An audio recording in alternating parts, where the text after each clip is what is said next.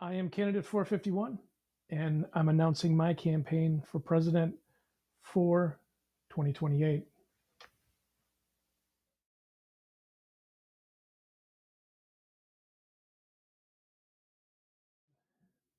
I'll talk more about myself later, um, but for now, in this short introduction, what I'd like to say about myself is I'm reminded of a quote. I think it's from Thomas Jefferson that said that when times are bad, people of conscience need to step up and do something, and if they don't, things will just get worse. And obviously, I've lived here my whole life. Things have never been this bad. It seems like every few years and every new administration, it gets worse. Um, but this is pretty bad. Um, as we sit here today, national debt is over 38 trillion. Debt per person is over $100,000. U.S. debt per taxpayer is over $300,000. If you look at the poll of satisfaction with Congress, I think it's at an all-time low, 70% saying they're dissatisfied. The poll of right direction of the country versus wrong direction of the country. Again, I think that's near an all-time low, with more than half the country saying that or two-thirds saying that country's on the wrong track.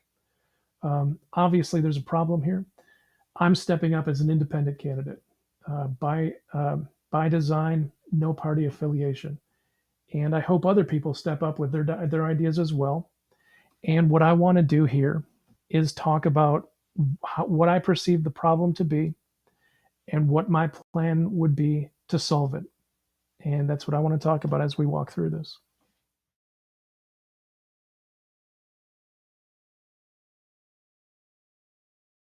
All right. So, my view of the problem. In my view, the problem is that the two party system has failed. Uh, the two parties clearly, I hope at this point, everybody understands that the two parties don't serve us. They don't serve you or me. They're not beholden to any of us. It's clear who they serve. They serve their corporate donors, individual wealthy donors, corporations, countries, and their lobbyists, and that whole group. That's who they serve. They don't serve us, and they're not interested in serving us. I believe the federal government has been corrupted by the two party system. Thinking back as far as I can, I never understood why there was a party system at all in the US. I never understood why there's two choices and only two choices. We have over 300 million people in the country. You would think that there would be half a dozen choices of people saying, I have this idea of what I'd like to do over the next 4 years. I have this plan. And then you choose somebody who's most aligned with where you're at. But it always comes down to two choices by design. And it's always that way. And it never made any sense to me. And I believe this is all by design. These two parties control the federal government and make sure that it serves only those who pay as donors. Some people say that the cynically say that the government is an oligarchy now. I don't believe it's an oligarchy. I don't believe it's functioning as a democracy. I don't believe it's functioning as a republic, because some people say that. I don't believe it's an oligarchy. I believe it's a corporatocracy at this point.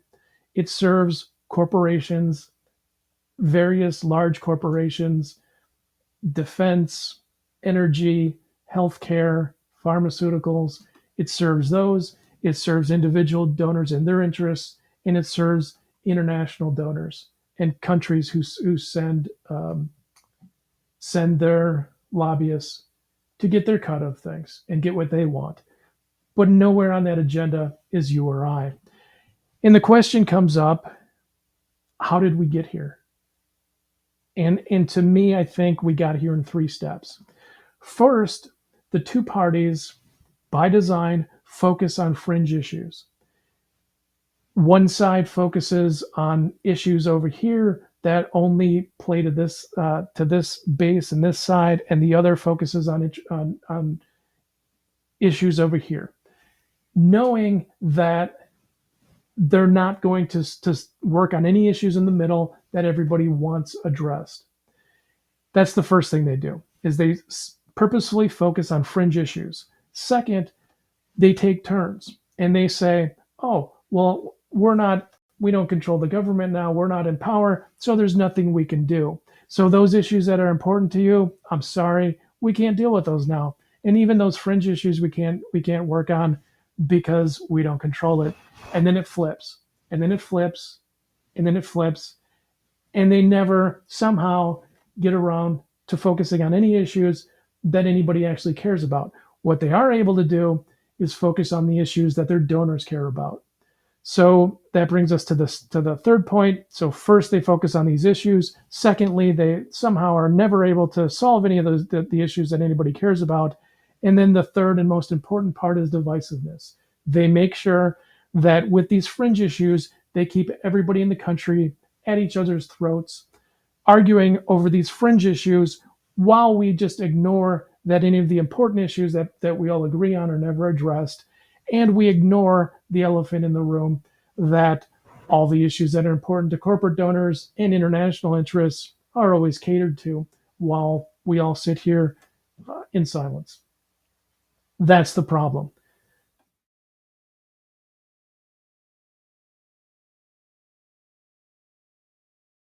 Again, great question. So, how do you solve this? Because I'm not just here to complain about the state of things, I'm here to offer a solution and a plan. So, there's no easy answer on how to remove this two party system or counteract this two party system. It's not easy. It's, you have these two parties working together to sap all the resources out of the country and give it to special interests and donors and corporations. And they've been working on this for decades now, uh, putting this all in place. So, how do you counteract that? You can't just, it's kind of like when you go into the forest and you get a tick and it's sucking the blood out of you. You can't just go and rip it off. You have to strategize how you're going to tactfully remove it. So, my plan for removing this would be, uh, again, I think in terms of strategies and plans and steps. And the first part of the strategy would be in 2028, I would urge anybody who agrees with my plan to vote against any Democrat or Republican, both. And I'm not going to favor or disfavor one versus the other. I don't like either one. I would encourage people to vote against them because they're clearly not working in our interest at this point. Step two is, I would say, there are, if their strategy has been to focus on these fringe issues that people naturally disagree on and are never going to agree on, then I would propose to do the opposite of that. I would say that if there's a Venn diagram of issues, there's a good amount of middle ground there that we can all agree on, and I would focus solely on those issues to make progress on those, and those issues will start to counteract all the corporate interests and giveaways that they've been working on all these decades. So that's my way to counteract and reverse what they've been doing. And as we talk further, I'm going to work through 10 of these points that I want to propose that I think we all agree on. And I'm going to go into each one in more detail. But the third part of the plan then is we need to start working together. We need to counteract and work against this divisiveness that they've forced upon us. And we need to start respecting each other. We need to come together and say, okay, there are these issues that we agree on, and this is what we're going to have the federal government work on. And I would say, I would further say that the whole idea in the first place of having the federal government focus on these fringe issues was a bad idea and illogical in the first place. To say that we're going to have one blanket policy or a series of actions that we're going to do that will cookie cutter fit every part of the country in a country this large and this diverse makes no sense. You have issues that are important to farmers in Kansas, or issues that are important to business people in New York. They're not going to agree on everything. It's silly to think that you're going to come up with one policy that everybody agrees on. That doesn't mean anybody here is a bad person. There's just different cultures, economies, needs, wants from Texas to Kansas to New York to California, North Dakota, Alaska. They're not going to agree on everything. We know that. They know that. And that's why they're focusing on these issues. So we need to, everybody who supports this campaign, we need to agree that these issues that are in the center that we all want to focus on and we all want traction on, we're going to focus on those and agree on those and respect each other, that these are all things that are important to us. And if we end their constant divisiveness by uniting around these 10 issues that I'm going to propose, we could start to make progress undoing all the damage that they've been inflicting.